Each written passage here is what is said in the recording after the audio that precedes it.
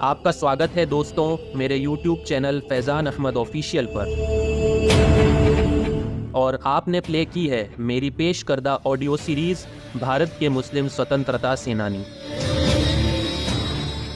दोस्तों, आज हम ऑडियो सीरीज़ की तीसरी किश्त में बात करने वाले हैं कि कैसे हिंदुस्तान में अंग्रेज़ी हुकूमत का आगाज़ हुआ, वो क्या कारण थे जिसकी वजह से हिंदुस्तान की तारीख़ की अहम तरीन जंग जो प्लासी की जंग के नाम से जानी जाती है वो हम लोग हार गए। दोस्तों, आज की किश्त को आखिर तक ज़रूर सुनिएगा जिससे आपको हिंदुस्तान से जुड़ी अहम जानकारी पूरी मिल सके। 18वीं सदी का दौर था जब हिंदुस्तान की शानो शौकत अपने उरूज पर थी। बंगाल मुग़ल सल्तनत की एक अहम रियासतों में से एक था, लेकिन मुग़लों के कमज़ोर होते ही तमाम हिंदुस्तानी रियासतें खुद मुख्तार होने लगी। बंगाल भी उन्हीं में से एक था। नवाब सिराजुद्दौला के नाना नवाब अली वर्दी खान ने बंगाल को एक आज़ाद रियासत बना दिया था। उनके दौर में बंगाल हिंदुस्तान की सबसे अमीर रियासत हुआ करता था। इसकी शानो शौकत ने इंग्लिस्तान से आए गैर मामूली ताजिरों को भी हैरान कर दिया। वो यहाँ हुक्मरानी करने का ख्वाब देखने लगे, लेकिन ये उनके लिए इतना आसान नहीं था।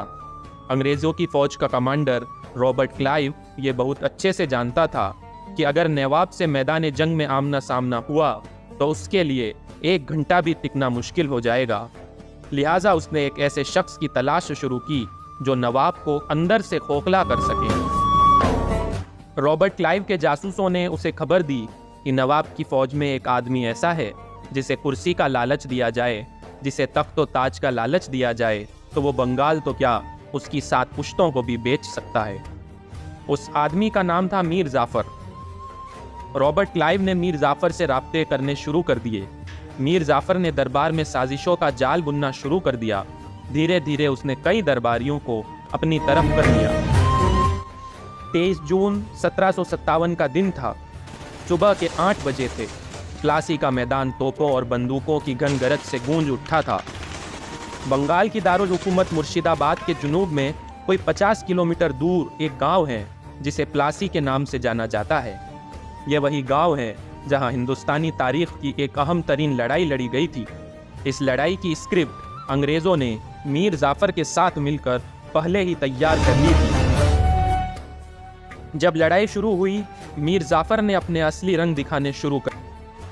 उसने सबसे पहले अपने 20,000 सिपाहियों को जंग में हिस्सा लेने से रोक दिया।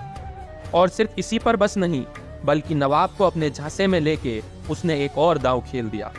उसने नवाब सिराजुद्दौला को फ़ौज पीछे हटाने का मशवरा दिया, जो कि उन्होंने मान लिया। नवाब सिराजुद्दौला उसके यह सारे मकर को समझ नहीं सके, जिसके बाद सिराजुद्दौला की फ़ौज बिखर गई और सब फौजी तीतर बीतर हो गए, जिसके बाद हालात नवाब के हाथों से बेकाबू हो गए। जब तक वो मीर जाफ़र की चाल को समझ पाते, बहुत देर हो चुकी थी।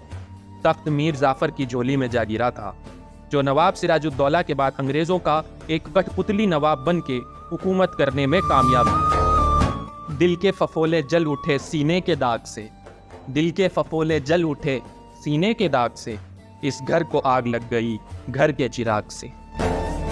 दोस्तों, यहाँ पर कुछ बातें काबिल गौर हैं।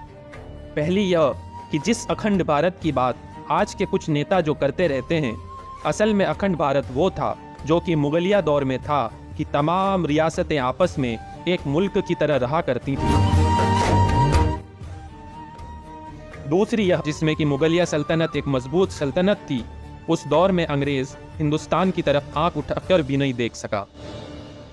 तीसरी बात यह कि जैसे ही मुगलिया सल्तनत कमज़ोर पड़ने लगी तो मुमकिन है कि बाकी रियासतों को भी खुद मुख्तार बनने के लिए अंग्रेज़ों द्वारा उकसाया गया होगा, जिसके नतीजे में वहाँ के राजाओं को अंग्रेज़ों के मातहत गुलामी इख्तियार करनी पड़ी होगी। चौथी बात यह है कि अगर किसी देश को कमज़ोर करना हो तो उसके अंदर फूट डाल दो, जैसा कि आज हम देख ही रहे हैं कि टीवी डिबेट और सोशल मीडिया के ज़रिए, खासकर व्हाट्सएप यूनिवर्सिटी के ज़रिए जनता के मन में एक दूसरे के प्रति घृणा घोली जा रही है, ताकि सत्ता भोगने वाले अपनी हुकूमत फिर से दोहरा सके। पांचवी और अहम बात यह है कि हमें मीर जाफ़र जैसे गद्दारों से निहायतीन होशियार रहने की ज़रूरत है। हाँ जी बिल्कुल, ऐसे गद्दार चापलूस लोग आज भी हमारे अंदर मौजूद हैं, जो हमें हक बात कहने और हक काम करने से रोकने के लिए मौके तलाश करते रहते हैं। बेशक इसमें गोदी मीडिया के न्यूज़ एंकर्स भी शामिल हैं। यह वही लोग होते हैं जो मीर जाफर के नक्शे कदम पर चलते हुए चंद पैसों और मामूली पावर के लिए ज़मीर तक बेच खाते हैं। दोस्तों, आज के लिए बस इतना ही। आपसे दोबारा जल्द मुलाकात होगी हिंदुस्तानी तारीख के ऐसे ही किसी अहम शख्सियत के साथ। तब तक के लिए अगर आपको मेरी यह पेशकश पसंद आई तो इसे ज़्यादा से ज़्यादा शेयर करें, और अगर मेरे चैनल को सब्सक्राइब नहीं किया है तो ज़रूर सब्सक्राइब कर लें। तब तक के लिए अल्लाह हाफिज़ और दुआ की दरख्वास्त।